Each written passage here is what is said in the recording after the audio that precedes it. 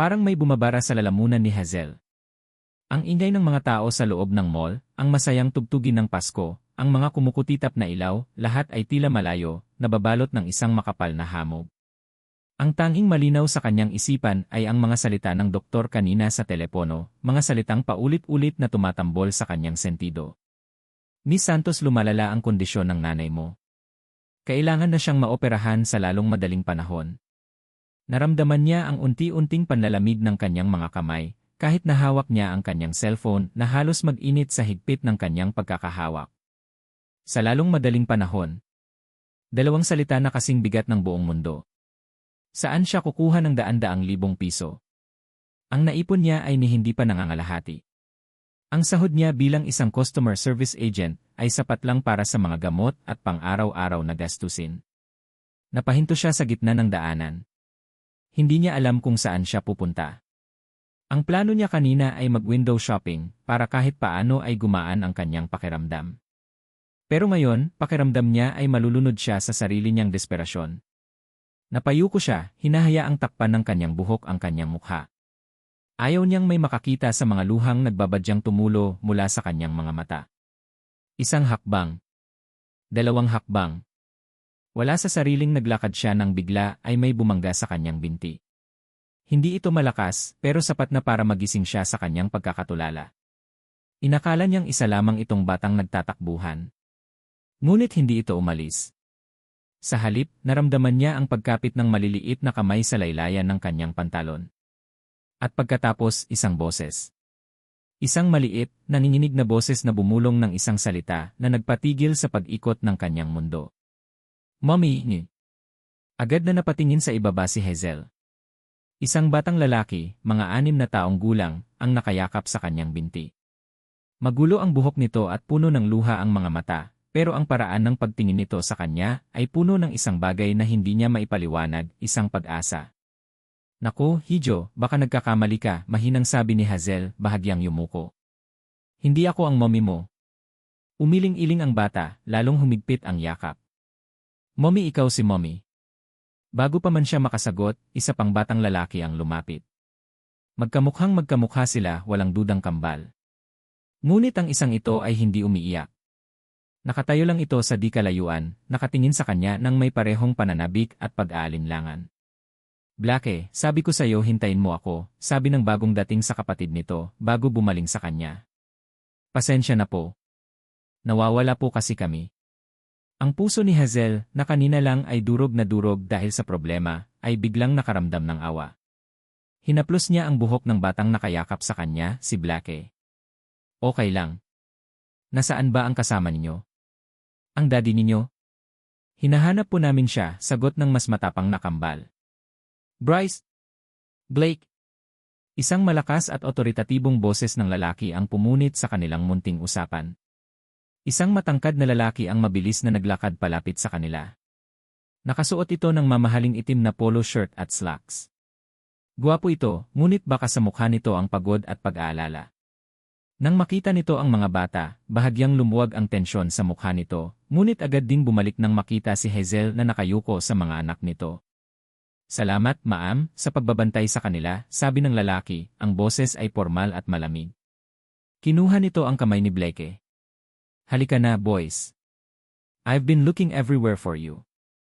Ngunit hindi bumitaw si Blake kay Hazel. Daddy, look. It's mommy. Nakita na natin si mommy.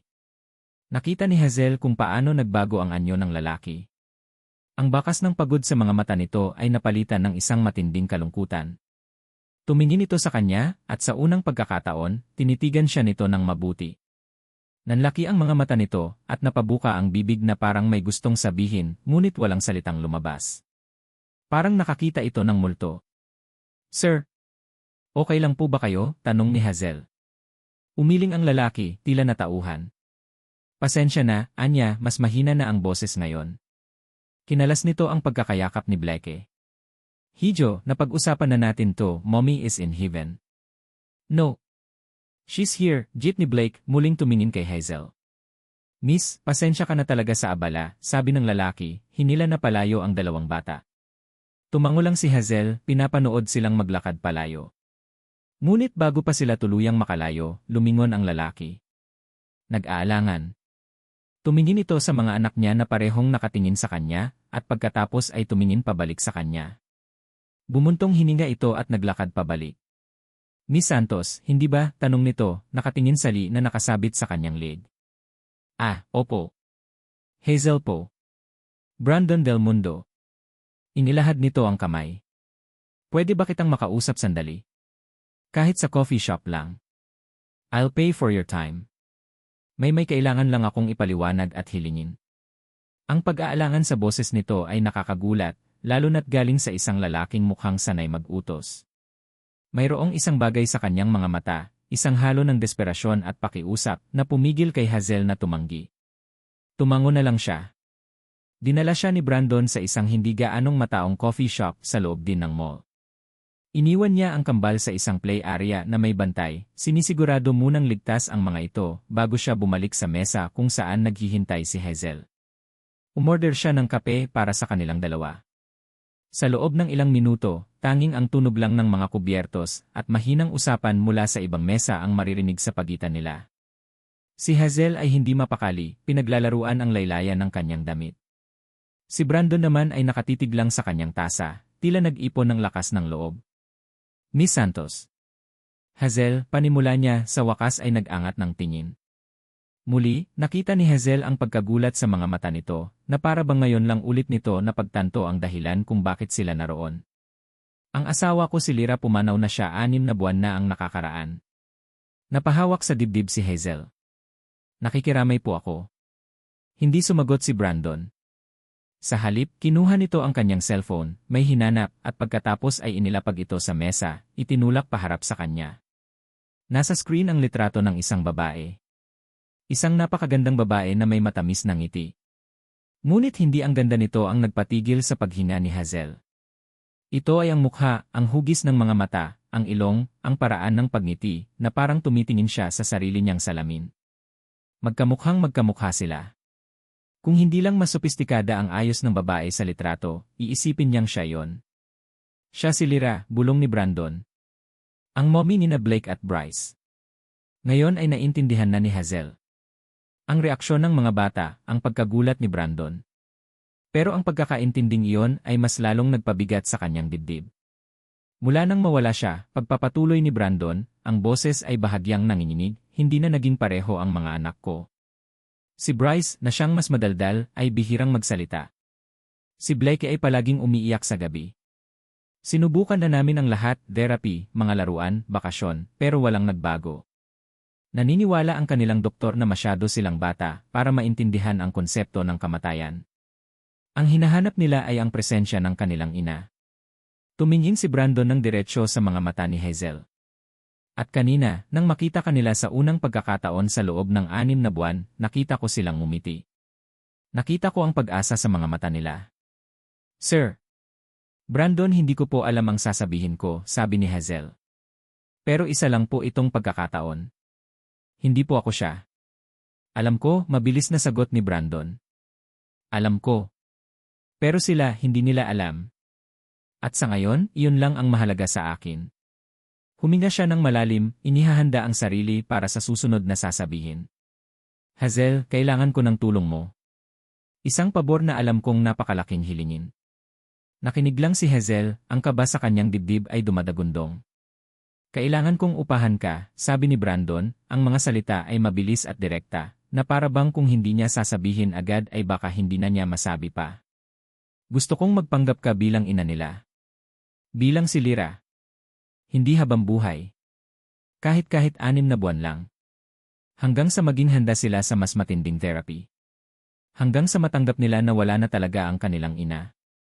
Napatayo si Hazel sa kanyang upuan. Ang kape sa mesa ay bahagyang natapon. Ano? Sir, nababaliw na po ba kayo? Hindi po ako artista. Isa po akong ordinaryong tao. At iyan ay isang malaking kasinungalingan. Paano ko lolokohin ang mga bata ng ganoon? Hindi mo sila lolokohin. Tutulungan mo sila, giit ni Brandon, tumayo na rin. Gagawin ko ang lahat para sa mga anak ko, Miss Santos. Lahat. Pero hindi po sa ganitong paraan. Pasensya na po, pero hindi ko po kayang gawin yan. Kinuha ni Hazel ang kanyang bag, handa nang umalis. Ang problema niya sa pera ay nawala sa isip niya. Ang tanging nararamdaman niya ay ang insulto at ang kalokohan ng sitwasyon. Magkano ang kailangan mo para sa operasyon ng nanay mo? Natigilan si Hazel sa kanyang paghakbang. Ang kanyang likod ay nakaharap pa rin kay Brandon. Paano nito nalaman? At pagkatapos ay naalala niya ang niya na may pangalan din ng kumpanya. Isang tawag lang sa nila.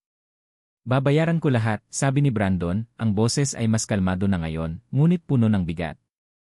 Ang operasyon, ang mga gamot, ang private room sa ospital, ang mga follow-up check-up. Lahat. Kahit doblehin ko pa ang halaga. Isipin mo na lang na isa itong trabaho, Hazel. Isang trabaho na may pinakamalaking talent fee na matatanggap mo sa buong buhay mo. Dahan-dahang lumingon si Hazel. Ang galit niya kanina ay napalitan ng isang malamig na katotohanan. Si Nanay LV. Ang buhay nito. Bakit niyo ito ginagawa? Tanong niya, ang boses ay halos pabulong na lang. May kinuha si Brandon mula sa kanyang briefcase na nakasandal sa upuan. Isang folder. Inilapag niya ito sa mesa. Sa ibabaw nito ay isang business card. Dahil tulad mo, desperado rin ako, sagot niya. Hindi ko ito gagawin kung may iba pa akong pagpipilian. Tumingin si Hazel sa folder. Mukha itong isang kontrata. Isang kontratang nakahanda na. Pinahanap kita agad sa mga tauhan ko kanina pa lang, pag-amin ni Brandon. Pinag-aralan ko ang sitwasyon mo. Alam kong kailangan mo ako at kailangan kita. Lumapit ito sa kanya, ang mga mata ay seryoso at walang emosyon, tulad ng isang C na nagsasara ng isang deal. You have 24 hours to decide, Miss Santos. Ito na ang tanging pag-asa mo. Walang tulog. Iyan ang naging resulta ng 24 na oras na palugit na ibinigay ni Brandon Del Mundo kay Hazel. Ang folder na naglalaman ng kontrata ay nakapatong sa kanyang maliit na mesa sa tabi ng kama, tila isang mabigat na paalala ng imposibleng pagpipilian na nakalatag sa harap niya. Paulit-ulit na umikot sa isip niya ang mga eksena, ang mukha ng kanyang ina na payapang natutulog sa kama ng pampublikong ospital, ang mga numero sa hospital bill na parang sumpa, ang mga mata ng kambal na puno ng pag-asa, at ang malamig ngunit desperadong tingin ni Brandon. Kasinungalingan. Pagsasamantala. Pagpapanggap. Lahat ng ito ay sumisigaw sa kanyang konsensya. Paano niya haharapin ang sarili niya sa salamin araw-araw, alam na nabubuhay siya sa isang papel na hindi kanya? Paano niya haharapin ang dalawang batang inosente na aasa sa isang pagmamahal na peke?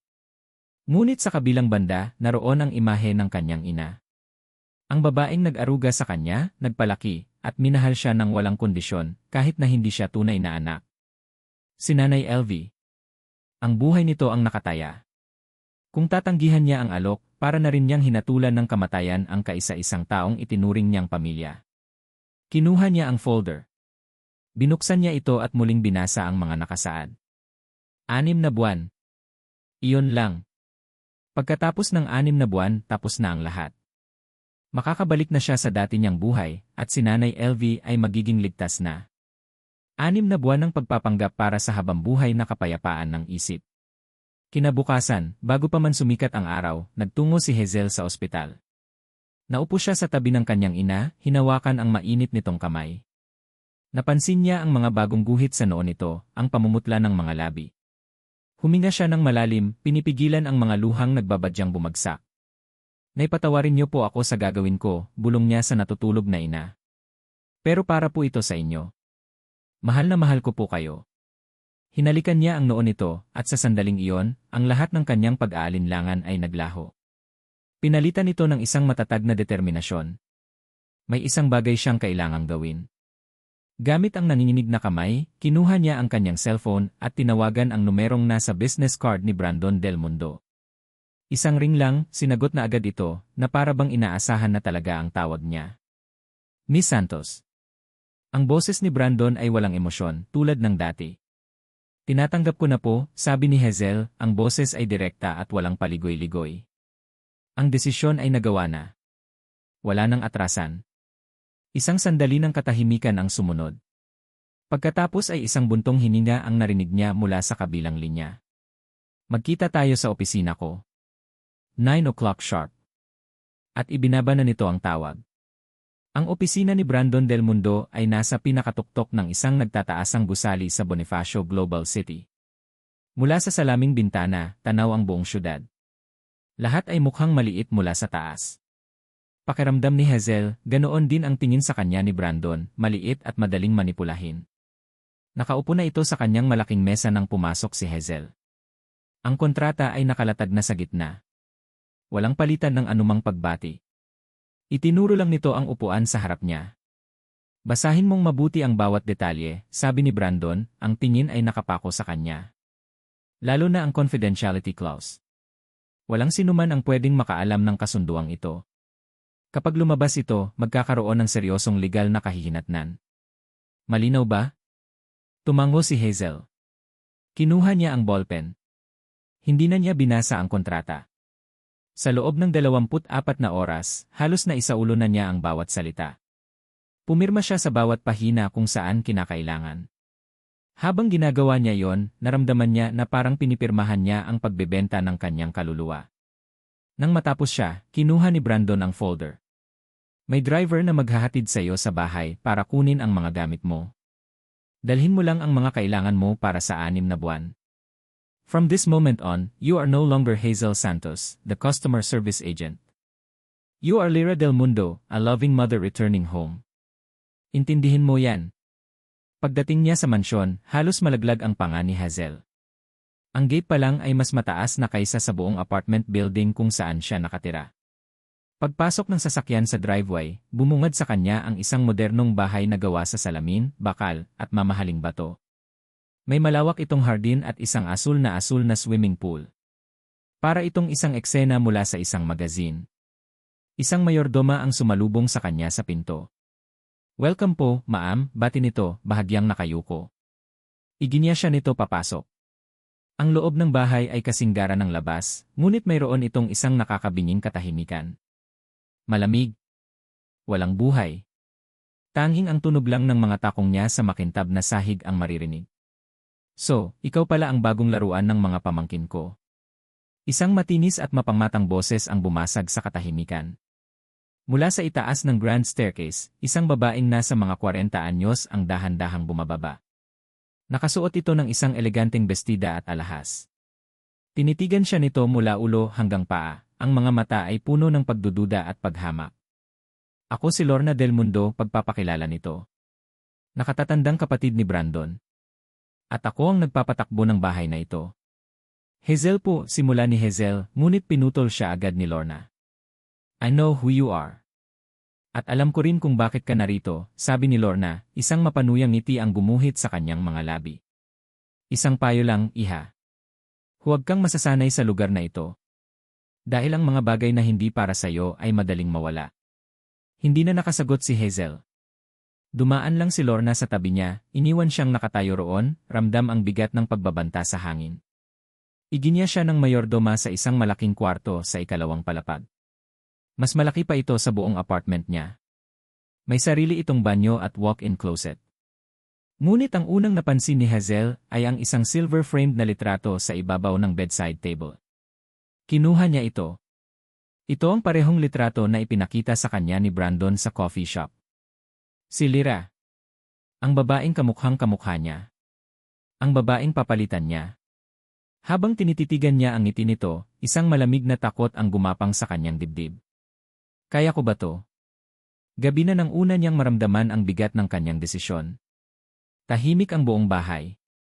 Si Brandon ay hindi pa umuwi mula sa trabaho. Ang kambal ay nasa kani-kanilang mga kwarto. Nagpasya siyang lumabas sa kanyang silid, iniisip na baka pwede niyang silipin ang mga bata. Dahan-dahan niyang binuksan ang pinto ng kwarto ng kambal. Mahimbing na silang natutulog. Ngunit habang papalapit siya, narinig niya ang isang mahinang hikbi. Si Blake. Kahit tulog, umiyak ito.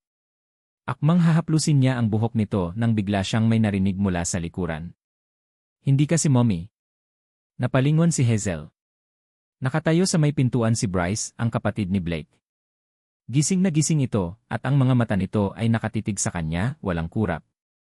Hindi ito galit. Hindi rin ito masaya. Blanco. Bakit mo alam? Mahinang tanong ni Hazel. Lumapit si Bryce, hindi sa kanya, kundi sa bedside table. May kinuha itong isang bote ng pabango. Ang pabango ni Lyra. Inamoy niya ito at pagkatapos ay tumingin kay Hazel. Amoy ospital ka.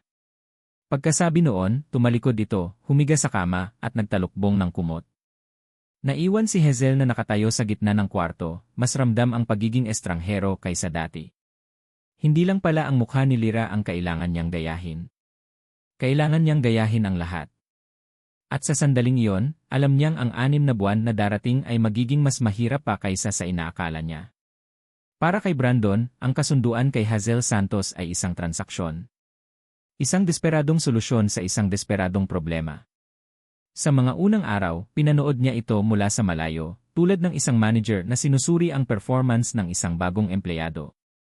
Nakikita niya itong gumigising ng maaga, sinusubukang alamin ang mga gusto at ayaw ng kambal mula sa mga kasambahay. Nakikita niya itong nakaupo sa hardin, nagbabasa ng mga librong pambata, naghahanda para sa isang papel na hindi naman talaga para sa kanya. Hindi siya lumalapit. Pinapanatili niya ang distansya. Ito ay isang kasunduan sa negosyo at ang emosyon ay walang lugar dito. Ang tanging mahalaga ay ang resulta, ang paggaling ng kanyang mga anak. Isang umaga, habang pababa siya ng hagdan para pumasok sa opisina, isang hindi pamilyar na amoy ang sumalubong sa kanya. Amoy sunog na pancake. Narinig niya ang mahihinang tawanan mula sa kusina. Sumilip siya mula sa siwang ng pinto. Ang eksenang nakita niya ay nagpatigil sa kanya. Nakasuot si Hazel ng isang simpleng apron, may uling sa kanyang pisngi. Sa harap niya, sina Blake at Bryce ay kapwa may hawak na tig-isang bowl ng pancake batter. Ang sahig ay puno ng mga patak ng harina at gatas. Sa halip na magalit, tumatawa si Hazel habang pinupunasan ang ilong ni Bryce na nalagyan ng butter. Okay, sige na, sabi ni Hazel, tumatawa. Mukhang hindi tayo magkakapancake ngayon. Mag-cereal na lang tayo bago pa tayo mapagalitan ng daddy nyo. But this is more fun, mommy, sabi ni Blake. At sa unang pagkakataon sa loob ng 6 na buwan, narinig ni Brandon ang isang tunay, malakas, at masayang tawa mula sa kanyang anak. Hindi isang pilit na ngiti. Isang totoong halakhak. Isang bagay ang kumurot sa dibdib ni Brandon. Isang emosyon na matagal na niyang hindi naramdaman. Tatalikod na sana siya nang biglang bumukas ang pinto ng kusina at lumabas si Hazel, dala ang isang basurahan. Nagulat ito nang makita siya. Sir Brandon, sabi nito, bahagyang yumuko. Pasensya na po sa gulo. Susubukan ko lang po sanang It's okay, putol niya, mas mahina ang boses kaysa sa inaasahan niya. Ang tingin niya ay napunta sa uling sa pisngi nito. Hindi niya napigilan ang sarili. Itinaas niya ang kanyang kamay at gamit ang kanyang hinlalaki, marahan niyang pinunasan iyon. Natigilan si Hazel. Nanlaki ang mga mata nito. Naramdaman ni Brandon ang init ng balat nito, ang lambot. Bigla, ang simpleng kilos na iyon ay naging isang bagay na mas malalim. Ang hangin sa pagitan nila ay tila kumapal. Ang distansyang propesyonal na pilit niyang pinapanatili ay biglang gumuho sa isang iglap. Mabilis niyang binawi ang kanyang kamay na parabang napaso. Nag-iwas siya ng tingin, isang hindi pamilyar na kaba ang gumapang sa kanyang dibdib. May dumi ka lang sa mukha, sabi niya, umubo ng bahagya para itago ang kanyang pagkataranta. Siguraduhin mong malinis ang kusina bago ako umalis. Tumalikod siya at mabilis na naglakad papalayo, hindi na lumingon pa. Ngunit habang nasa loob na siya ng kanyang sasakyan, papunta sa opisina, ang pakiramdam ng balat ni Hazel sa kanyang daliri ay nanatili. At ang tunog ng tawa ng kanyang mga anak ay paulit-ulit na umalingaw-ngaw sa kanyang isipan. Ang mga sumunod na araw ay naging isang serye ng mga maliliit na sorpresa para kay Brandon. Nagsimula na muling magsalita si Bryce, nagtatanong tungkol sa mga bituin at mga dinosauro. Si Blake ay hindi na gaanong umiiyak sa gabi. Minsan, nahuhuli niya ang 3 sa hardin, naglalaro ng habulan. Si Hazel, na may tunay na ngiti sa kanyang mga labi, ay hinahayaan ang sarili na maging isang bata kasama nila. Nagsimulang magbago ang tingin niya kay Hazel. Hindi na ito isang solusyon o isang empleyado. Isa na itong babae. Isang babaeng nagdadala ng liwanag at tawa sa isang bahay na matagal nang binalot ng dilim at kalungkutan. Ngunit hindi lahat ay masaya sa pagbabagong ito. Isang gabi, habang naghahapunan sila, sinimulan na naman ni Lorna ang kanyang mga patutsada. Ang hapagkainan ay palaging tensyonado kapag naroon ang kanyang kapatid. Ang bilis naman yatang makalimot ng mga bata, sabi ni Lorna, habang hinihiwa ang kanyang steak, ngunit ang tingin ay nakatuon kay Hazel. Parang kailan lang, hindi sila mapatahan sa kaiyak para kay Lyra. Ngayon, may bago na silang kalaro. Hindi umimik si Hazel. Nagpatuloy lang ito sa paglalagay ng pagkain sa plato ng kambal. Brandon, hindi ka ba nag-aalala, pagpapatuloy ni Lorna, ibinaling ang atensyon sa kanya. Baka masyado nang napapalapit ang loob ng mga bata sa kanya. Paano kung pagkatapos ng 6 na buwan, mas lalo lang silang masaktan? O baka naman may iba ng plano ang iba dyan? Ang huling mga salita ay puno ng lason, direktang nakaturo kay Hazel. Bago pa man makasagot si Brandon, nagsalita si Bryce. She's not a kalaro. She's mommy, sabi ng bata, ang boses ay maliit ngunit matatag. Natigilan si Lorna. Tila hindi niya inaasahan na sasagot ang bata. Doon na napuno si Brandon. Lorna, tama na, sabi niya, ang boses ay kalmado ngunit may diin. Kumakain tayo. Kung wala kang magandang sasabihin, mas mabuting manahimik ka na lang. Nanlaki ang mga mata ni Lorna sa gulat at galit. Ito ang unang pagkakataon na pinagsabihan siya ni Brandon sa harap ng isang tagalabas. Pinagtatanggol mo siya, hindi makapaniwalang tanong nito. Pinoprotektahan ko ang mga anak ko mula sa mga salitang hindi nila dapat marinig sa hapagkainan, matigas na sagot ni Brandon. Ang kasunduan natin ay para sa kapakanan nila. Igagalang mo yon. Hindi na umimik si Lorna, ngunit ang mga mata nito ay parang mga punyal na nakatutok kay Hazel. Alam ni Brandon na hindi pa tapos ang laban na ito. Kinagabihan, hindi makatulog si Brandon. Nagpunta siya sa kanyang study para tapusin ang ilang trabaho, ngunit ang isip niya ay lumilipad. Lumabas siya sa balkonahe na nakakonekta sa kanyang silid. Mula roon, tanaw niya ang hardin sa ibaba. At nandoon si Hazel. Nakaupo ito sa isang bench, yakap-yakap ang sarili laban sa malamig na hangin. Nakatingala ito sa buwan. Nakita ni Brandon ang kalungkutan sa anyo nito, ang bigat na dinadala nito sa kanyang mga balikat. Ito ang Hazel na hindi nakikita ng mga bata, ang Hazel na nasasaktan sa mga salita ni Lorna, ang Hazel na alam na ang lahat ng ito ay isang pagpapanggap. Naisip niya ang sinabi ni Lorna. Paano nga kung pagkatapos ng 6 na buwan?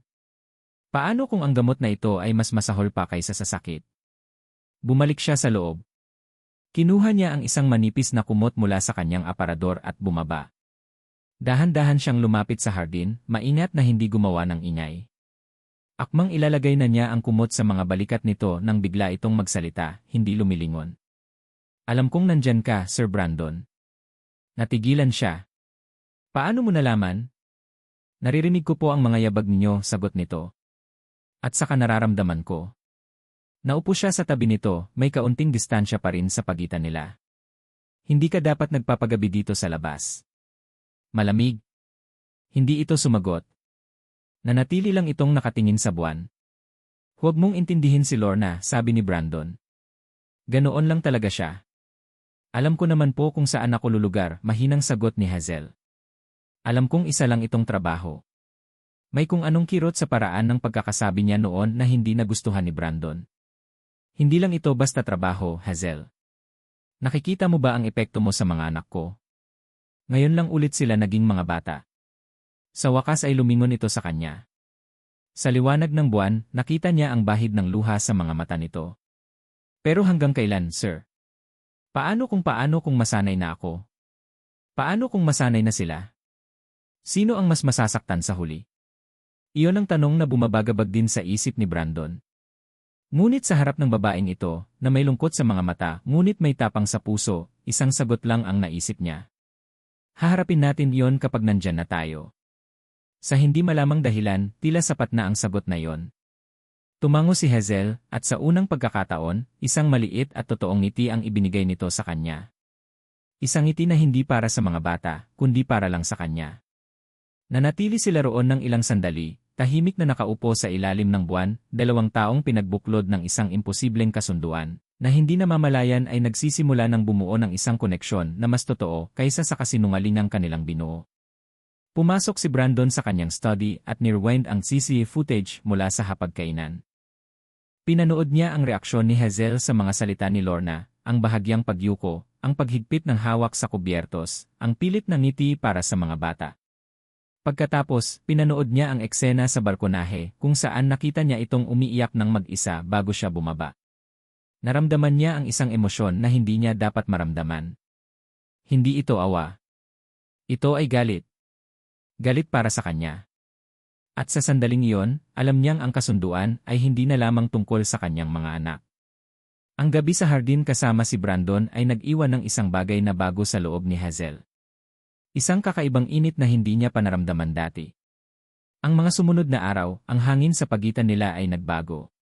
Mayroong isang hindi masambit na kamalayan, isang kuryenteng lumilikha sa tuwing nagkakasalubong ang kanilang mga mata sa pasilyo o sa hapagkainan. Hindi na siya simpleng Miss Santos na empleyado.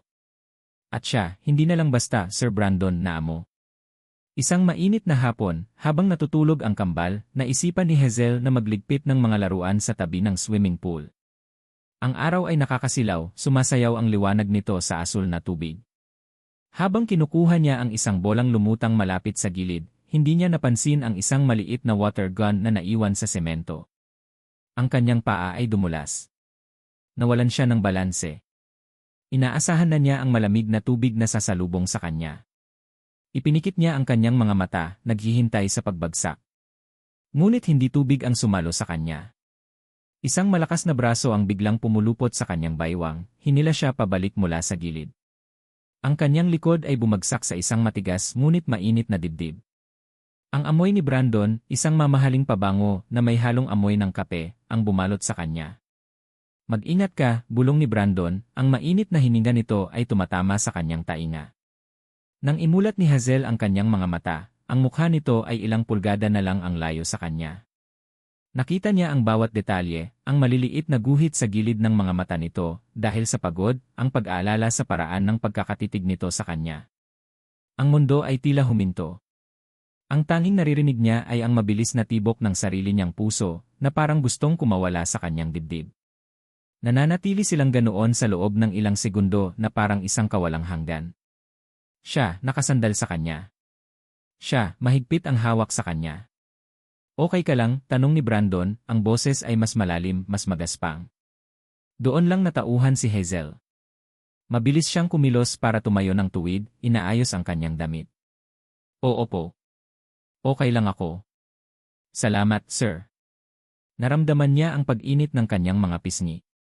Bumitaw si Brandon, ngunit ang mga kamay nito ay nanatili sa hangin malapit sa kanya, na para bang handa pa ring saluhin siya anumang oras. Hindi na sir, mahinang sabi nito. Brandon na lang.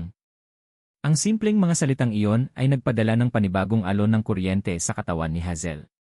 Tumango lang siya, hindi makatingin ng diretsyo sa mga mata nito. Nagmamadali niyang tinapos ang pagliligpit ng mga laruan at halos takbuhin ang pinto papasok ng bahay. Iniwan si Brandon na nakatayo sa tabi ng pool, ang mga mata ay nakasunod sa kanya. Ang insidenteng iyon ay nagbukas ng isang bagong pinto sa kanilang relasyon.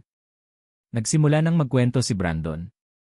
Mga simpleng bagay lang sa simula, tungkol sa kanyang araw sa opisina, tungkol sa isang nakakatawang email na natanggap niya.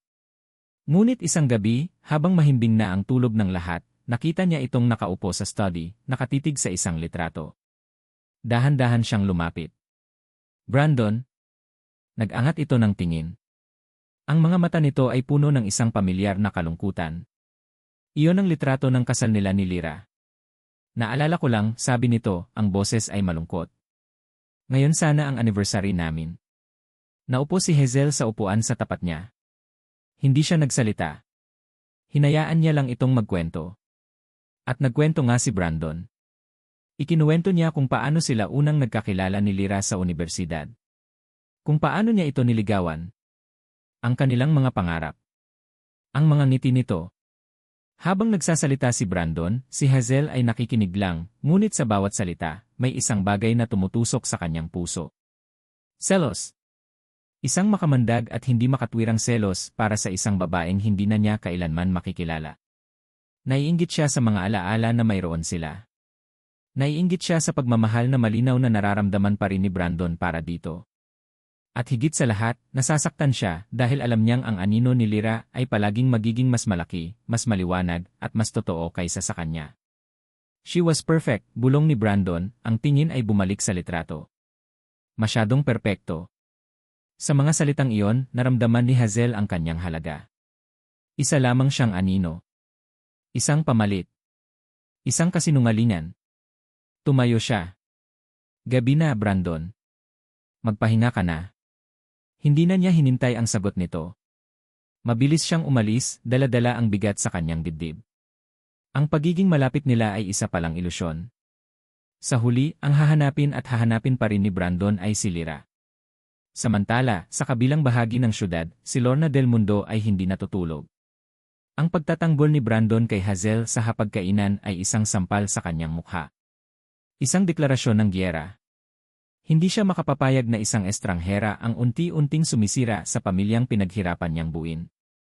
Kinuha niya ang kanyang telepono at tinawagan ang isang pribadong investigador. Gusto kong alamin mo ang lahat tungkol sa babaeng iyan, utos niya, ang boses ay malamig at matigas. Hazel Santos. Bawat detalye. Kahit ang pinakamaliit na butas sa kanyang pagkatao, hanapin mo. Walang ititira. Ilang araw ang lumipas, nakatanggap si Lorna ng isang brown envelope. Sa loob nito ay ang paunang ulat tungkol kay Hazel. Address. Trabaho. Status sa buhay. Walang espesyal. Ngunit isang detalye ang kumuha ng kanyang atensyon. Subject is an orphan. Adopted ULV Santos after her biological daughter died. Records from the orphanage are sealed. Isang ulila. Mas lalong tumibay ang hinala ni Lorna. Ang mga taong walang pinanggalingan ay mas mapanganib. Sila ang pinakadesperadong kumapit sa yaman ng iba. Isang maulan na Sabado ng hapon, habang naglalaro ang kambal sa kanilang playroom, inutusan ni Brandon si Hazel na kung pwede ay ayusin ang ilang mga lumang gamit sa isang maliit na bodega sa ilalim ng hagdanan. Matagal na raw itong hindi nalilinis. Habang nag-aayos, nakita ni Hazel ang isang malaking kahon na may markang Lyra's Memories. Dala ng kuryusidad, binuksan niya ito. Puno ito ng mga lumang libro, mga souvenir mula sa mga biyahe, at mga damit. Sa ilalim ng lahat, may isang makapal at mabigat na photo album. Kinuha niya ito at naupo sa sahig. Dahan-dahan niyang binuklat ang mga pahina. Naroon ang mga litrato ni Lyra mula pagkabata hanggang sa paglaki. Ang ganda nito ay hindi pa rin nagbabago. Ngunit habang papalapit siya sa dulo, isang litrato ang nagpatigil sa kanya. Isa itong kupas na litrato. Dalawang batang babae, parehong nakasuot ng magkatulad na puting bestida, magkatabing nakatayo sa harap ng isang hardin. Ang isa ay si Lyra, nakangiti ng malapad. At ang isa ay siya. Ang mukha niya noong bata pa siya. Sigurado siya. Nanginginig ang mga kamay ni Hazel habang inaalis ang litrato mula sa plastic cover nito. Binaliktad niya ito. May nakasulat sa likod, gamit ang isang eleganteng sulat kamay na halatang matagal nang naisulat. Lyra at ang aking munting anghel, 1976. Palagi kayong magkasama. Ang hangin ay tila ninakaw mula sa mga baga ni Hazel. Napahawak siya sa kanyang dibdib, ang puso niya ay tumitibok ng napakabilis na parang sasabog. Impossible. Paano nangyari ito? Bakit may litrato siya kasama si Lyra? At sino ang nagsulat nito? Mabilis niyang ibinalik ang litrato sa album, itinulak ito palayo na parabang isang ahas na bigla na lang sumulpot sa harap niya. Tumayo siya, ang mga binti ay nanginginig. Ang maliit at madilim na bodega ay tila lumiit pa, ang mga pader ay papalapit sa kanya. Kailangan niya ng hangin. Lumabas siya ng bodega, dala-dala ang album, at nagmamadaling umakyat sa kanyang kwarto. Ikinandado niya ang pinto. Inilapag niya ang album sa kama at muling kinuha ang litrato. Paulit-ulit niyang tinitigan. Walang duda. Siya yon. Naaalala niya ang bestidang iyon, isa sa mga paborito niyang damit noong bata siya, na ayon kay Nanay LV ay galing sa isang donasyon. Ang hardin sa likod hindi niya matandaan kung saan. Anghel. Aking munting anghel. Hindi kaya. Isang malamig na takot at isang hindi maipaliwanag na pag-asa ang nagsalpukan sa loob niya. Ang buong buhay niya, ang alam niya ay isa siyang ampon. Isang batang iniwan sa isang bahay ampunan at pinalad na kupkupin ni Nanay LV. Hindi na siya nagtanong patungkol sa kanyang tunay na mga magulang. Para sa kanya, sapat na si Nanay LV. Ngunit ang litratong ito binabago nito ang lahat. May koneksyon sila ni Lyra na higit pa sa kanilang magkamukhang-mukha. Isang koneksyon na nagsimula pa bago pa man niya makilala si Brandon at ang mga anak nito. Hindi ito isang simpleng pagkakataon. Ito ay tadhana, isang tadhanang nakasulat na pala matagal na panahon na. Ngunit kung totoo ito, bakit sila nagkahiwalay? Anong nangyari? Sino ang naghiwalay sa kanila? Ang mga tanong ay bumuhos sa kanyang isipan, bawat isa ay mas nakakalito kaysa sa nauna. Kinuha niya ang kanyang cellphone, nanginginig ang mga daliri habang hinahanap ang numero ng ospital. Kailangan niyang makausap si Nanay LV. Kailangan niya ng mga sagot. Ngunit bago pa man niya madial ang numero, isang katok sa pinto ang nagpatigil sa kanya. Hazel. Boses ni Brandon.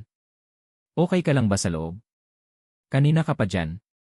Mabilis niyang itinago ang album at ang litrato sa ilalim ng kanyang unan. Huminga siya ng malalim, sinusubukang pakalmahin ang kanyang sarili. Oo po, Brandon. Okay lang ako. Medyo napagod lang. Kung kailangan mo ng tulong, sabihin mo lang, sabi nito mula sa labas ng pinto. Narinig niya ang pag-aalala sa boses nito. Isang pag-aalala na dati ay nagpapakilig sa kanya, ngunit ngayon ay nagdudulot ng takot. Kung malalaman ni Brandon ito, anong iisipin niya? Na isa itong mas malaking kasinungalingan. Naplano niya ang lahat? Na ginagamit niya ang koneksyon nila ni Lyra para lalong makuha ang loob nito at ang yaman ng pamilya. Ang pagdududa ni Lorna ay magkakaroon ng basehan. Masisira ang lahat.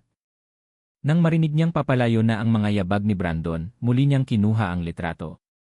Tinitigan niya ang dalawang batang babae na masayang magkatabi. Isang pamilyar na imahe, ngunit mayroon na ngayong bagong kahulugan. Hindi na siya si Hazel Santos, ang babaeng kamukha lang ni Lyra Del Mundo. Siya ay bahagi ng nakaraan ni Lyra. Isang lihim na nakabaon sa isang lumang album ng litrato. At alam niyang kailangan niyang malaman ang buong katotohanan, anuman ang maging kahinatnan nito. Ang unang hakbang ay harapin ang nag-iisang taong maaaring may hawak ng mga sagot, ang babaeng tumayong ina niya sa loob ng maraming taon. Ang litrato sa kanyang kamay ay parang may sariling bigat, isang piraso ng nakaraan na humihila sa buong pagkatao ni Hazel pababa. Hindi siya nakatulog ng gabing iyon. Bawat ingay sa labas ng kanyang kwarto, bawat anino na gumagalaw sa ilalim ng pinto, ay nagdudulot sa kanya ng matinding kaba. Ang pag-aalala sa boses ni Brandon ay naging isang tinik sa kanyang lalamunan. Kinabukasan, gumawa siya ng paraan. Nagpaalam siya kay Brandon na kailangan niyang dalawin ang kanyang ina sa ospital para sa isang mahalagang update mula sa doktor. Isang kasinungalingan na may bahid ng katotohanan. Pumayag naman agad ito at sinabihan pa siyang gamitin ang isa sa mga driver ng pamilya. Habang nasa biyahe, mahigpit niyang hawak ang kanyang bag kung saan nakatago ang lumang album. Pagdating sa ospital, nadatnan niyang gising si Aling LV, nakangiti habang nanonood ng telebisyon. Ang ngiting iyon ay parang isang punyal na bumaon sa puso ni Hazel. Anak, napadalaw ka, masayang bati nito. Kumusta ka sa bagong tinitirhan mo? Mababait ba sila sayo? Hindi makasagot si Hazel. Dahan-dahan siyang naupo sa gilid ng kama.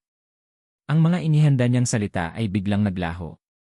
Sa halip, kinuha niya ang album mula sa kanyang bag at binuksan ito sa pahina kung saan naroon ang litrato. Naippanimula niya, ang boses ay nanginginig. Inilapit niya ang album kay Aling LV. Sino po siya? At bakit po ako narito? Ang ngiti sa mga labi ni Aling LV ay unti-unting naglaho.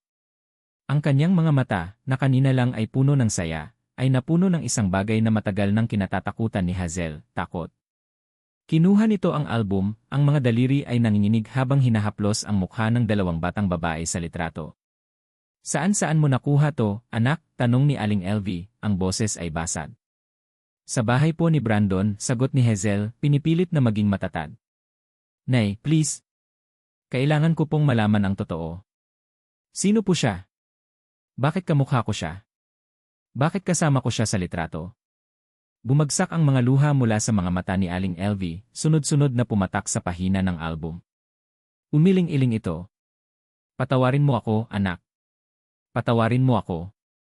Nay, wala po kayong kasalanan, sabi ni Hazel, hinawakan ang kamay ng ina. Gusto ko lang po maintindihan.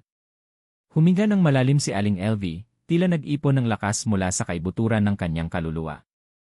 Hindi kita tunay na anak, Hazel.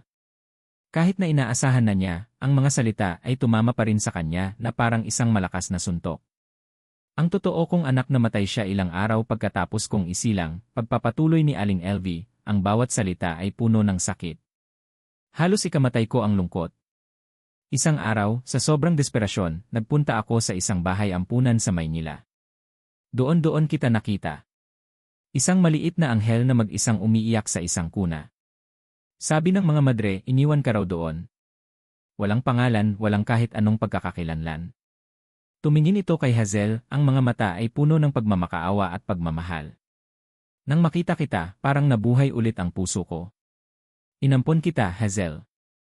Itinuring kitang sarili kong anak dahil para sa akin, ikaw ang sagot sa aking mga dasal.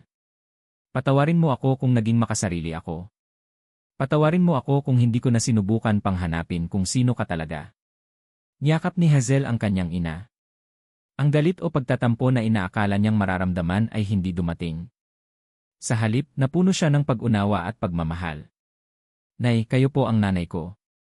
Walang magbabago doon.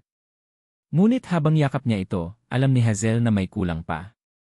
Ang litrato. Hindi nito maipaliwanag ang litrato. Pero ang babaeng ito, si Lyra, hindi ko siya kilala. Anak, sabi ni Aling Elvie. Nang makuha kita, mag-isa ka lang. Pagkatapos ng ilang oras sa ospital, umalis si Hazel na may mas maraming tanong kaysa sagot. Kung mag-isa lang siya sa bahay ampunan, paano nakuha ang litratong ito? May isang lugar na lang siyang maaaring puntahan.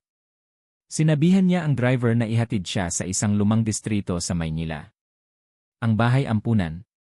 Ang lugar kung saan nagsimula ang lahat. Ito ay isang luma ngunit malinis na gusali. Pumasok siya at sinalubong ng amoy ng floor wax at lumang papel. Isang matandang madre ang lumapit sa kanya. Ano po ang maitutulong ko sa iyo, Hija? Sister, gusto ko po sanang magtanong tungkol sa records. Halos 28 taon na po ang nakalipas, paliwanag ni Hazel. Ipinakita niya ang litrato. Ang madre, si Sister Agnes, ay tinitigan ang litrato. Nanlaki ang kanyang mga mata. Ang mga kambal ng Del Mundo, bulong niya, nag-sign of the cross. Akala ko ay hindi na kita muling makikita. Napatanga si Hazel. Kambal? Iginiya siya ni Sister Agnes sa isang maliit na opisina na puno ng mga lumang kabinet. Halika, Hija. May dapat kang malaman. Ikinuwento ni Sister Agnes ang lahat. Ang tungkol sa isang mayamang pamilya na nagkaroon ng kambal na babae. Ngunit ang lola sa panig ng ina, isang istrikto at mapagmataas na babae, ay naniniwalang isang sumpa ang pagkakaroon ng kambal. Pinilit nito ang sarili nitong anak na ipamigay ang isa sa kanila para maiwasan ang kahihiyan. Ang ina, sa sobrang sakit, ay palihim na ipinakuha ang litratong iyon bago sila tuluyang paghiwalayin. Ang isang bata ay lumaki sa yaman at ang isa, siya, ay dinala sa bahay ampunan.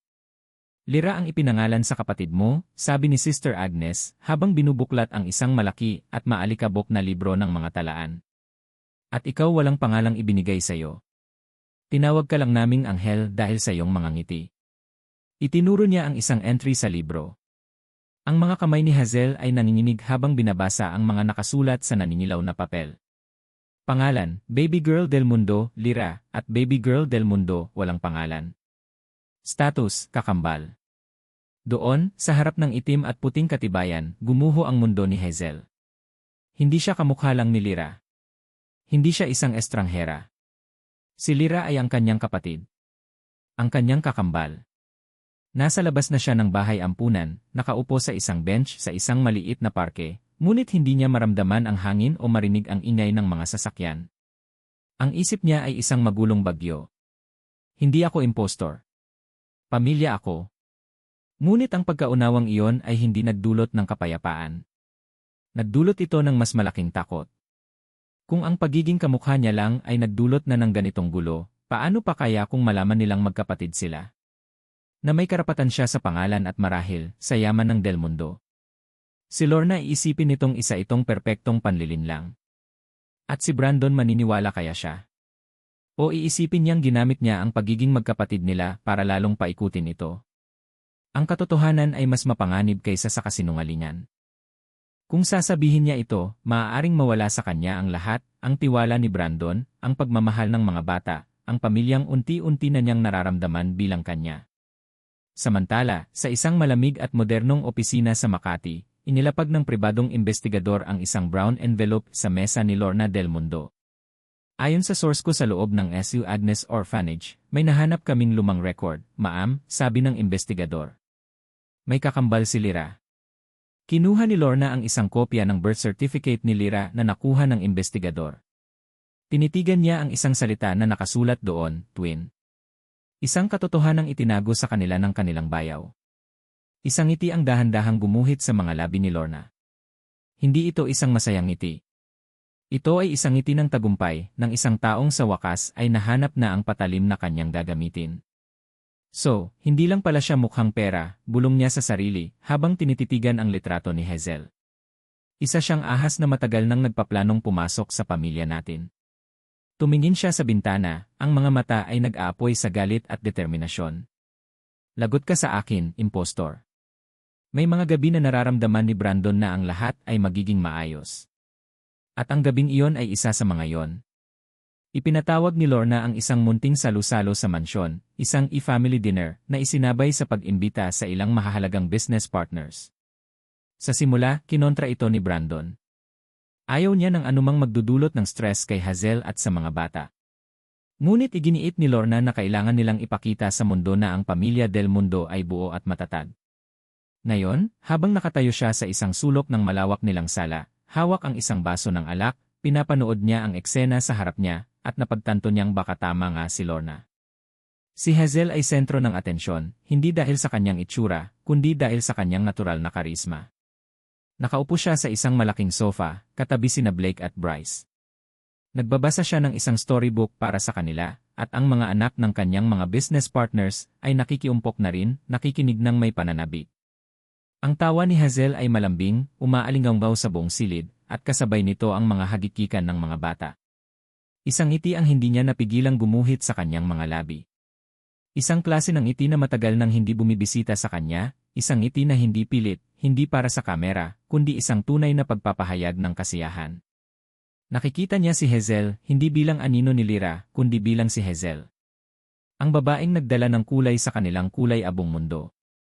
Ang babaeng nagparamdam sa kanya na posible palang maging buo ulit. This could be real, naisip niya.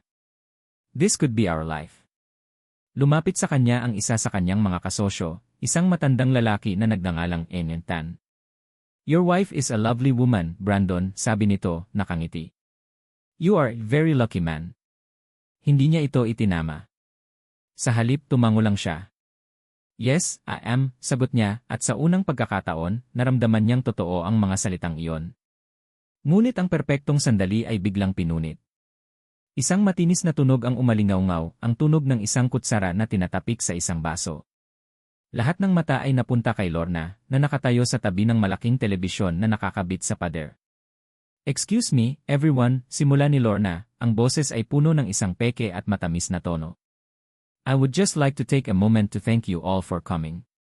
At para na rin ipakilala ng formal ang pinakabagong miyembro ng aming munting pamilya.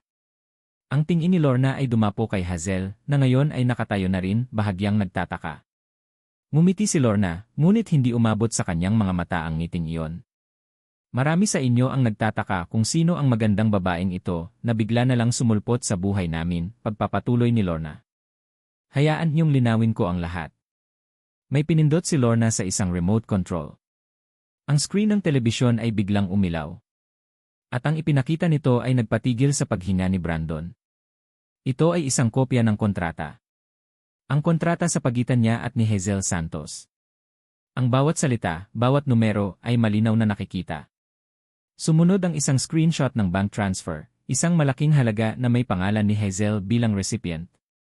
This woman, sabi ni Lorna, ang boses ay nagbago na, naging matalas at puno ng lason, habang itinuturo si Hazel. Is not here for her nephews. Hindi siya bahagi ng pamilya. She's a fraud. Isang bayaran na kinuha namin para magpanggap na ina nila. Isang kolektibong hininga ng pagkagulat ang narinig mula sa mga bisita. Ang masayang bulungan ay napalitan ng isang nakakabinging katahimikan.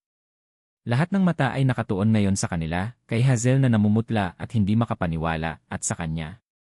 Ang init na naramdaman niya kanina ay biglang naging yelo. Ang sahig ay tila gumuho sa ilalim ng kanyang mga paa. Ang pag-asa ay naging abo. Ang naramdaman niya ay hindi lang galit. Ito ay isang matinding kahihiyan. Isang pakiramdam na pinaglaruan siya, na ginawa siyang tanga sa harap ng lahat. Brandon, narinig niya ang boses ni Hazel, nanginginig. Hayaan mo akong magpaliwanag, di. Ngunit hindi niya ito matingnan. Ang nakikita lang niya ay ang mga mapanuring mata ng kanyang mga kasosyo, ang mga bulungan na nagsisimula ng muling umugong. Si Lorna ay nakangisi, isang ngisi ng tagumpay. Lorna was right. All along, she was right. Hinarap niya si Hazel. Ang mukha nitong puno ng pagmamakaawa ay lalo lang nagpaalab sa kanyang galit. Para sa kanya, ito ay mukha ng isang taong nahuli sa akto. Magpaliwanag, tanong niya, ang boses ay malamig at walang emosyon. Isang boses na ginagamit niya para sirain ang mga kalaban sa negosyo. Anong ipapaliwanag mo? Malinaw ang lahat. This was a transaction. At ngayon, tapos na ang serbisyo mo. Brandon, please, makinig ka, pagmamakaawa ni Hazel, humakbang palapit. Huwag kang lalapit sa akin, mariin niyang sabi. Ang sakit sa kanyang dibdib ay ginawa niyang isang pader na bakal. Nakuha mo na ang bayad mo. Ang kontrata ay tapos na. Nagsimulang umiyak ang kambal, hindi naiintindihan ang nangyayari, ngunit nararamdaman ang bigat ng sitwasyon. Daddy? Mommy, tawag ni Blake. Ang pagtawag na iyon ang huling patak. Ang salitang umomi mula sa bibig ng kanyang anak na nakaturo sa isang babaeng bayaran ay isang insulto sa alaala ni Lyra. Tumingin siya kay Hazel, ang mga mata niya ay nagbabaga sa galit at pagkabigo. Umalis ka na, utos niya, bawat salita ay mabigat at pinal. Natigilan si Hazel. Ang mga luha ay bumagsak na mula sa kanyang mga mata. Brandon. I said, get out of Eli house. Now. Walang sinuman ang gumalaw. Walang sinuman ang nagsalita. Dahan-dahang tumalikod si Hazel. Bawat hakbang niya palayo ay parang isang suntok sa sikmura ni Brandon. Nakita niya ang pagbagsak ng mga balikat nito, ang katawan nitong nanginginig sa pag-iyak. Pagbukas niya ng pinto, bumuhos ang malakas na ulan, na parabang nakikidalamhati ang langit sa eksena. Sumara ang pinto at nawala na si Hazel. Sa loob ng mansyon, ang tanging maririnig ay ang pag-iyak ni na Blake at Bryce. Mommy! I want mommy, sigaw nila paulit-ulit. Nakatayo lang si Brandon sa gitna ng lahat, hindi gumagalaw, parang isang estatwang bato. Napapaligiran siya ng mga taong nagbubulungan, ngunit hindi niya sila marinig. Ang tanging naririnig niya ay ang mga iyak ng kanyang mga anak at ang malakas na pagtibok ng sarili niyang puso na unti-unting nadudurog. Alam niyang nagkamali siya. Isang napakalaking pagkakamali. Ngunit huli na ang lahat. Nang umalis ang huling bisita, ang mansyon ay bumalik sa dati nitong anyo, malawak, marangya, at walang kaluluwa. Ang mga tirang pagkain sa mesa at mga basong hindi pa naliligpit ay mga piping saksi sa kahihiyang naganap. Ngunit ang pinakamatinding ingay sa buong bahay ay ang katahimikan. Isang nakakabinging katahimikan na pinuputol lamang ng mga hikbi ng kanyang mga anak mula sa itaas. Umakyat si Brandon sa kwarto ng kambal. Nakasara ang pinto. Mula sa loob, naririnig niya ang pag-iyak ni Blake at ang mahinang pag-alo ni Bryce. Hilde, she will come back. Mommy will come back. Ang bawat salitang iyon ay parang isang karayom na tumutusok sa puso ni Brandon. Ipinikit niya ang kanyang mga mata, ang imahe ni Hazel na naglalakad palabas sa ulan ay malinaw na nakaguhit sa kanyang isipan. Ang galit na naramdaman niya kanina ay unti-unting napapalitan ng isang malamig at mabigat na pakiramdam sa kanyang sikmura. Pagsisisi. Kinabukasan, mas lumala ang lahat. Hindi lumabas ng kwarto ang kambal. Hindi sila kumain ng almusal. Ang yaya na nagdala ng pagkain ay bumalik na umiiyak, sinabing ayaw daw siyang papasukin. Kumatok si Brandon sa pinto. Boys? It's Daddy. Let me in. Walang sagot. Blake, Bryce, buksan niyo ang pinto, sabi niya mas malakas na ngayon. Go away, sigaw ni Bryce mula sa loob. You made mommy leave. We hate you. Ang mga salitang we hate you ay tumama sa kanya ng mas malakas kaysa sa anumang sampal. Napasandal siya sa pader na wala ng lakas. Ang galit niya kay Hazel ay tila hindi na mahalaga. Ang nakikita na lang niya ay ang sakit na idinulot niya sa sarili niyang mga anak. Nakasalubong niya si Lorna sa pasilyo. Nakangiti ito, tagumpay ang anyo. Hayaan mo na sila, Brandon. Makakalimutan din nila ang babaeng iyon. Mas mabuti na to, na iligtas kita sa isang ahas. Tinitigan ni Brandon ang kanyang kapatid. Sa unang pagkakataon, nakita niya ito hindi bilang isang tagapagtanggol, kundi bilang isang taong masayang nanonood sa pagkasira ng iba. Paano mo nakuha ang kopya ng kontrata, Lorna? Tanong niya, ang boses ay seryoso. Nagbago ang anyo ni Lorna. Nawala ang ngiti. Mahalaga pa ba yon? Ang importante, wala na siya. Sagutin mo ako. May mga paraan ako, Brandon, sagot nito, nag-iwas ng tingin. Ginawa ko lang kung ano ang tama para sa pamilyang ito. Ang pag-iwas nito ng tingin, ang mga sagot na paligoy-ligoy. May mali. Ang matalas na isip ni Brandon sa negosyo ay nakakaramdam na may kulang sa kwento. Ngunit masyado pa siyang gulong-gulo para pagtagpi-tagpiin ang lahat. Ang mga sumunod na araw ay isang impyerno. Ang bahay ay naging isang malamig na libingan. Ang mga bata ay pumapasok sa eskwela ngunit hindi nakikipag-usap. Palagi silang malungkot. Isang gabi, sa sobrang bigat ng nararamdaman, pumasok si Brandon sa kanyang study. Ang lugar na dati ay kanlungan niya ay ngayon parang isang kulungan. Kailangan niyang kumapit sa isang bagay na totoo. Sa isang bagay na hindi kasinungalingan. Lumapit siya sa isang aparador kung saan nakatago ang mga gamit ni Lyra. Mga gamit na hindi niya magawang itapon, ngunit hindi rin niya kayang tingnan. Ngayon, binuksan niya ito. Inilabas niya ang mga kahon. Mga album ng litrato, mga lumang sulat, mga paboritong libro. Habang tinitignan niya ang mga litrato ni Lyra, ang totoong Lyra, hindi niya maiwasang ikumpara ito sa mga ngiti ni Hazel. Ang ngiti ni Lyra sa mga litrato ay perpekto, palaging handa sa kamera. Ang ngiti ni Hazel ay iba, mas magulo, mas totoo. Lalo na kapag kasama nito ang mga bata. Napahilamos siya sa kanyang mukha. Ano ba itong ginagawa niya? Sa ilalim ng isang tumpok ng mga libro, may nakita siyang isang kahoy na kahon. Isang simpleng kahon na may maliit na kandado. Naalala niya ito. Regalo niya ito kay Lyra noong unang anibersaryo nila. Hindi niya alam kung ano ang laman nito. Palagi nitong sinasabi na ito raw ang kanyang e-secret box. Sinubukan niyang buksan, ngunit nakalock. Naghanap siya ng susi sa mga lalagyan, ngunit wala siyang makita. Dala ng frustrasyon, kumuha siya ng isang letter opener at pinuwersa ang kandado. Bumukas ito. Sa loob, may dalawang bagay lang. Isang kulay rosas na diary, at isang selyadong sobre na may pangalan niya, para sa aking mahal na Brandon.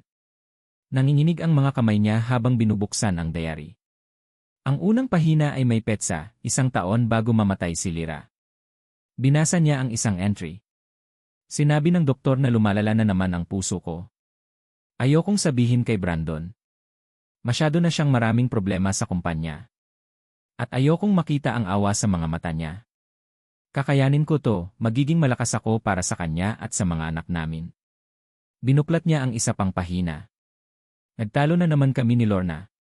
Sinabi niyang hindi ako karapat-dapat para kay Brandon. Na isa lang akong palamuti. Minsan, gusto ko nang sumuko. Pero kapag nakikita ko ang mga anak ko, lumalakas ulit ako. Parang sinaksak si Brandon. Ang buong akala niya ay malusog si Lyra. Ang buong akala niya ay masaya ito. Ngunit ang diary na ito ay nagpapakita ng isang babaeng lihim na nagdurusa, kapwa sa sakit at sa kalungkutan, habang pinipilit na maging perpekto sa harap niya. Ang bigat ng pagkakasala ay dumagan sa kanya. Ang huling pag-aaway nila bago ito atakihin sa puso, hindi niya alam na isang may sakit na pala ang kanyang sinisigawan. Ang kanyang mga mata ay napunta sa sobre. Ang sulat para sa kanya. Kinuha niya ito, ang papel ay tila nagliliyab sa kanyang mga daliri. Dahan-dahan niyang pinunit ang selyo. Inilabas niya ang nakatuping papel sa loob.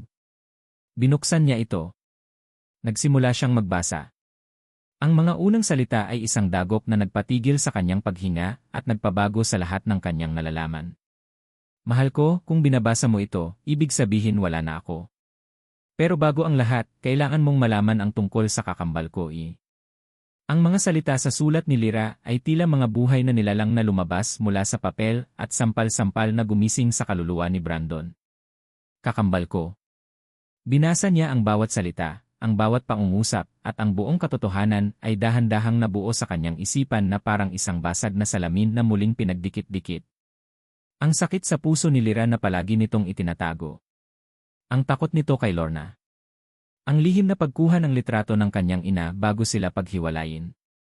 At ang huling hiling nito, na kung sakaling mag-cruise muli ang landas ni Brandon at ng kanyang nawawalang kapatid, sana ay alagaan niya ito. Huwag mong hayaang maranasan niya ang sakit na dinanas ko, mahal ko, ang nakasulat sa dulo. Bigyan mo siya ng kaligayahang hindi ko naabutan. Mahalin mo siya, hindi bilang anino ko, kundi bilang siya. Binitawan ni Brandon ang sulat. Ang galit at pagkabigo na naramdaman niya noong gabing iyon ay napalitan ng isang matinding, nakakaparalisang pagsisisi. Si Hazel. Hindi siya isang impostor. Hindi siya isang manloloko. Siya ay pamilya. Isang biktimang tulad ni Lyra. At siya itinaboy niya ito. Ipinahiya niya ito sa harap ng lahat. Napatingin siya sa kanyang cellphone. Ang ospital. Si Aling Elvie. Nandoon si Hazel. Sigurado siya. Kinuha niya ang susi ng kanyang kotse at tumakbo. Hindi na siya nag-abala pang magsuot ng sapatos. Ang bawat segundo ay mahalaga. Habang bumababa siya ng hagdanan, nakasalubong niya si Lorna. Saan ka pupunta ng ganyan? Tanong nito, nakataas ang kilay. Nilampasan niya lang ito na parang hangin. Ngunit bago siya makalabas ng pinto, nagsalita siyang muli, hindi lumilingon. Alam ko na ang lahat, Lorna. Lahat. Naramdaman niya ang paninigas ng kapatid niya sa kanyang likuran, ngunit wala na siyang pakialam. Kailangan niyang makarating kay Hazel. Kailangan niyang humingi ng tawad. Mabilis niyang pinatakbo ang sasakyan, ang isip ay isang bagyo ng mga alaala at pagsisisi. Ang bawat masasakit na salitang binitiwan niya kay Hazel ay bumabalik at dumudurog sa kanyang puso. Nakaupo si Hazel sa tabi ng kama ni Aling Elvie na mahimbing nang natutulog. Ang operasyon ay naging matagumpay. Unti-unti nang bumabalik ang kulay sa mga pisngi nito. Ito na lang ang tanging nagpapatatag sa kanya. Sa loob ng halos isang linggo mula nang palayasin siya, ang ospital ang naging kanlungan niya. Ang pera sa kanyang bank account na galing kay Brandon ay hindi niya ginalaw. Sa halip, ibinenta niya ang lahat ng alahas na naipundar niya para lang may maipambayad sa mga paunang gastusin. Ang sakit ng pagpapalaya sa kanya ay naroon pa rin, sariwa at malalim. Ngunit mas nangingibabaw ang takot. Takot para sa kanyang ina. Biglang bumukas ang pinto ng kwarto. Inaasahan niyang isa itong nurse. Ngunit hindi. Si Lorna Del Mundo ang pumasok, dala ang isang aura ng lamig at kapangyarihan. Nakasuot ito ng isang itim na business suit, ang mga mata ay matatalim na nakatitig sa kanya. Nakita mo na ang nagawa mo, bungad nito, ang boses ay mahina ngunit puno ng pagbabanta. Sinira mo ang pamilya ko. Ang mga pamangkin ko ay hindi na kumikibo. Si Brandon ay parang isang kaluluwang ligaw. Dahil lahat sa'yo. Tumayo si Hazel. Wala po akong kasalanan sa inyo, ma'am. Tumawa si Lorna, isang tawang walang saya. Wala. Huwag kang magmalinis, Hazel. O dapat ko bang sabihin, kakambal ni Lyra? Alam ko na. Akala mo siguro maluloko mo kami sa drama mo, ano? Isang perpektong plano. Magpanggap na kawawa, pumasok sa bahay, at kapag nakuha na ang tiwala ng lahat, doon ilalabas ang alas. Ang pagiging kadugo mo. Nanlamig si Hazel. Alam na pala nito. Umalis ka na, utos ni Lorna, lumapit ito. Umalis ka sa bansa. Huwag ka nang magpapakita pa kahit kailan. Kung hindi, tumingin ito sa natutulog na si Aling Elvie.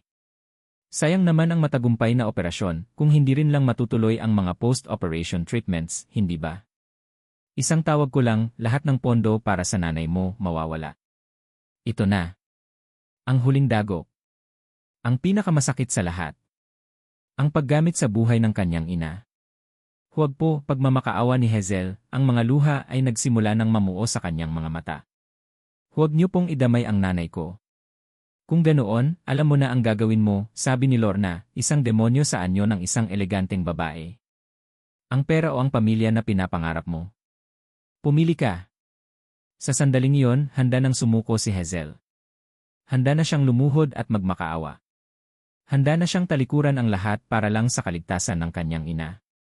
Ngunit isang malakas na boses ang pumuno sa buong silid, nagpatigil sa lahat. Tama na, Lorna. Sabay silang napalingon ni Lorna sa pinto. Nakatayo roon si Brandon, hingal na hingal, ang dibdib ay umaakyat baba. Ang damit niya ay gusot, ang buhok ay magulo. Ngunit ang mga mata niya ay nakatuon lang kay Hazel, puno ng isang emosyon na hindi pa niya nakikita dati, isang malalim na pagsisisi at pagmamahal. Brandon, bulong ni Lorna, hindi makapaniwala. Naglakad si Brandon papasok, ang tingin ay hindi inaalis kay Hazel. Narinig ko ang lahat, sabi niya, bago bumaling kay Lorna. Ang mga mata niya ay naging kasing lamig ng yelo. At nabasa ko na rin ang lahat. Ang sulat ni Lyra. Namutla si Lorna. Alam ko na ang tungkol sa sakit niya na itinago mo, pagpapatuloy ni Brandon, ang boses ay kalmado, ngunit bawat salita ay may bigat. Alam ko na ang tungkol sa pananakit mo sa kanya. At alam ko na ang tungkol sa kakambal niya na ipinagkait mo sa kanya. Lumapit si Brandon kay Lorna. Hindi si Hazel ang sumira sa pamilyang ito, Lorna. Ikaw. Ang pagiging makasarili mo. Ang takot mong mawalan ng kontrol. Tapos na ang laro mo. Tumingin siya sa mga security guard na kasunod na pala niya sa pinto. Ilabas niyo siya. Brandon, kapatid mo ako, sigaw ni Lorna habang kinakaladkad siya palabas. At si Lyra ang asawa ko, sagot ni Brandon bago tuluyang isara ang pinto. Nang sila na lang ni Hazel ang naiwan, kasama ang natutulog na si Aling Elvie, ang katahimikan ay mas mabigat pa kaysa sa sigawan kanina. Dahan-dahang lumapit si Brandon kay Hazel, bawat hakbang ay puno ng pag-aalinlangan. Nakatayo lang si Hazel, hindi gumagalaw, yakap ang sarili. Nang nasa harap na niya ito, isang bagay na hindi inaasahan ni Hazel ang ginawa ni Brandon. Dahan-dahan itong lumuhod sa harap niya. Brandon, anong Patawarin mo ako, Hazel, sabi ni Brandon, ang boses ay basad. Nag-angat siya ng tingin at nakita ni Hazel ang mga luha sa kanyang mga mata. Patawarin mo ako sa lahat. Sa sakit, sa kahihiyan, sa bawat salitang binitiwan ko. Nabulag ako ng galit. Nabulag ako ng sarili kong pagkakasala. Patawarin mo ako. Hinawakan niya ang kamay ni Hazel. Ang init nito ay gumapang sa buong katawan niya. Hindi kita pinapabalik dahil sa mga anak ko. Hindi kita pinapabalik dahil sa sulat ni Lyra. At lalong hindi dahil kamukha mo siya, pagpapatuloy niya, ang bawat salita ay galing sa puso. Pinapakiusapan kitang bumalik dahil mahal kita. Mahal kita, Hazel Santos. Mahal ko ang katatagan mo, ang kabutihan ng puso mo, ang paraan mo ng pagngiti. Mahal kita, bilang ikaw. Ang mga luhang kanina pa pinipigilan ni Hazel ay bumagsak na. Hindi luha ng sakit, kundi luha ng pag-asa, ng pagpapatawad. Tumango siya, hindi makapagsalita. Tumayo si Brandon at niyakap siya ng mahigpit. Sa yakap na yon, naramdaman ni Hazel na sa wakas, nakauwi na siya. Ilang buwan ang lumipas. Ang sikat ng araw ay mainit sa kanilang mga balat. Ang hangin ay sariwa, dala ang amoy ng damo at mga bulaklak. Sa isang malawak na picnic blanket sa ilalim ng isang malaking puno ng akasya, ang tawa ay malayang dumadaloy. Si Blake at Bryce ay naghahabulan ng isang bola. Ang kanilang mga sigaw ng kagalakan ay umaalingaw-ngaw sa buong parke. Si Aling Elvie, malusog at masigla na, ay masayang naghahanda ng mga sandwich. Nakaupo si Hazel sa tabi ni Brandon, ang ulo niya ay nakasandal sa balikat nito. Ang mga kamay nila ay magkahawak. Mommy, look, sigaw ni Bryce, ipinapakita ang isang paru-paro na dumapo sa kanyang kamay. Ngumiti si Hazel. Ang salitang umomi ay hindi natunog ng isang pagpapanggap, kundi isang matamis na musika sa kanyang pandinig. Tumingin siya kay Brandon na nakatingin na pala sa kanya, ang mga mata ay puno ng pagmamahal. Hinaplos nito ang kanyang kamay. Ang kanyang mga daliri ay dumaan sa isang simple, ngunit eleganteng singsing na may maliit na diamante sa kanyang palasingsingan. Hindi na niya kailangan pang magpanggap. Hindi na siya isang anino. Hindi na siya isang pamalit. Siya si Hazel. At sa wakas, natagpuan na niya ang kanyang tunay na tahanan. At dito nagtatapos ang kwento ni Hazel at Brandon, isang kwentong isinulat ng tadhana, sinubok ng kasinungalingan, ngunit pinagtibay ng wagas na pagmamahalan. Maraming salamat, mahal naming mga tagapakinig, sa inyong pagsama sa amin sa bawat kabanata ng buhay, pighati, at tagumpay ni Hazel, Brandon, at ng kambal. Mula sa unang pagtatagpo na puno ng desperasyon, hanggang sa huling yakap na puno ng pag-asa, naging karangalan po namin na ibahagi sa inyo ang kanilang kwento. Sa pagsusulat nito, layunin naming ipaalala sa ating lahat na ang pamilya ay hindi lamang matatagpuan sa dugo. Minsan, ito ay nabubuo sa mga pusong pinipiling manatili, magpatawad, at magmahal sa kabila ng mga pagkakamali at sakit ng nakaraan. Ito ay isang paalala na ang tunay na pag-ibig ay hindi naghahanap ng perpektong tao, kundi natututong mahalin ng perpekto ang isang taong hindi perpekto. Naway ang kwento ni Hazel at Brandon ay mag-iwan sa inyo ng inspirasyon na laging may pag-asa sa kabila ng pagsubok, may liwanag pagkatapos ng dilim, at may tunay na tahanan na naghihintay para sa bawat isa sa atin. Muli, mula sa kaibuturan ng aming puso, maraming salamat po. Hanggang sa susunod na kwento. Ano ang pinakapaborito ninyong bahagi? E-comment lamang sa ibaba. Gusto naming marinig ang inyong mga saloobin.